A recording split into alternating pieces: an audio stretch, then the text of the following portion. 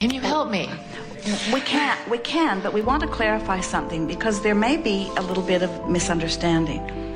You can get in the vortex by just focusing upon something that makes you feel good. Mm-hmm. In other words, you don't have to take the subject that is the issue and change it so that you can get in the vortex. So it's pretty easy to get in the vortex because there are so many wonderful things that you might focus upon that would get you in there. But what we think you're saying is, I want to get in the vortex and I don't want the idea of money to drive me out. Yes.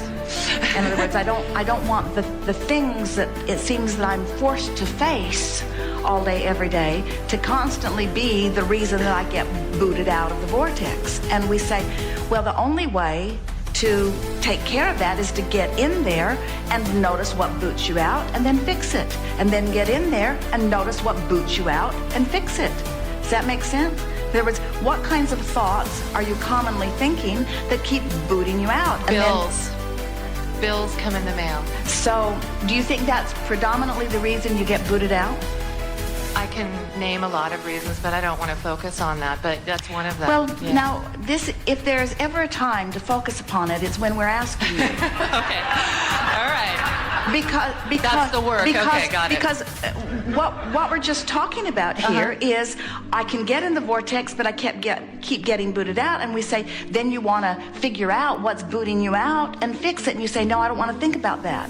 And we say, that's irrational. I kept getting booted out, but I don't want to do anything about not getting booted out. That's a cycle that you've been experiencing. And the reason that we bring that up, and you helped us so beautifully just now, is because there are a lot of people who want to think positive and who don't understand that it's all right to be negative. That's your guidance system showing you that you are. Then just close that gap. In other words, we are not ever asking you, any of you, to do the impossible task of getting in the vortex and just staying there always. You've come to do some step one work. We just want you to be in control of whether you're in or out. And we want you, when you are out, to know how to easily get back in. It's a beautiful life when you get in the vortex and then something boots you out and you say, oh, I'm in control. I'm out of the vortex. I can feel I'm out of the vortex. I'd rather be in the vortex. What thoughts was I thinking that booted me out? How can I massage those thoughts? That's what the purpose of the focus wheel is.